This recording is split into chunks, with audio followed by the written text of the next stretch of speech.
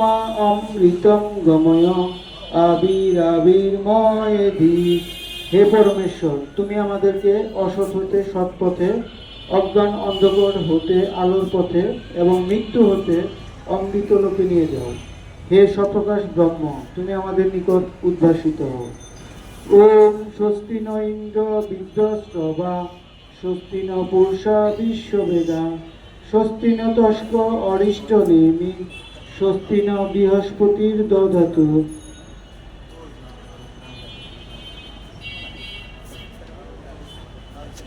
হে জগৎ পিতা, তুমি শ্রীমদ্ ভগবদ গীতায় নির্দেশনা দিয়েছ, মন্মনা ভব মত ভক্ত মদিয়াজি মাম নমস্কুরু মামেগো এষসি যুক্ত এবং আত্মানাম মত পরায়ণ।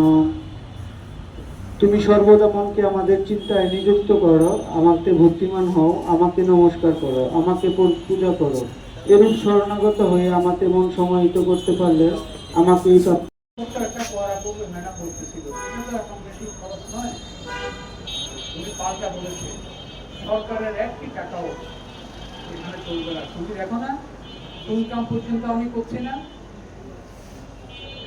আমাদের চেয়ে অনেক কষ্টে দেশের মানুষ থাকে।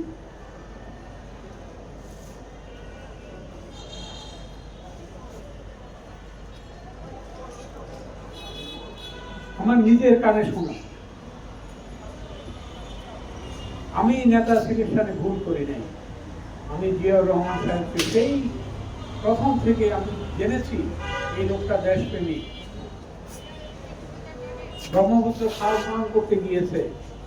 আজকে যদি সেই খাল খনন কর্মসূচি বাস্তবায়িত হতো, আমাদের এই জলের হাহাকার হতো না।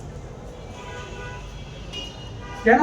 একটি নেত্রী, ওনাকে তো বাংলাদেশে আসার পারমিশন জিয়াউর রহমান সাহেবই দিয়েছে। উনি তো নিষেধ করতে পারতেন, উনি তো বন্ধ করে দিতে পারত। ওনার চিকিৎসা যেরকম বন্ধ করে দিয়েছে, একটা রোগী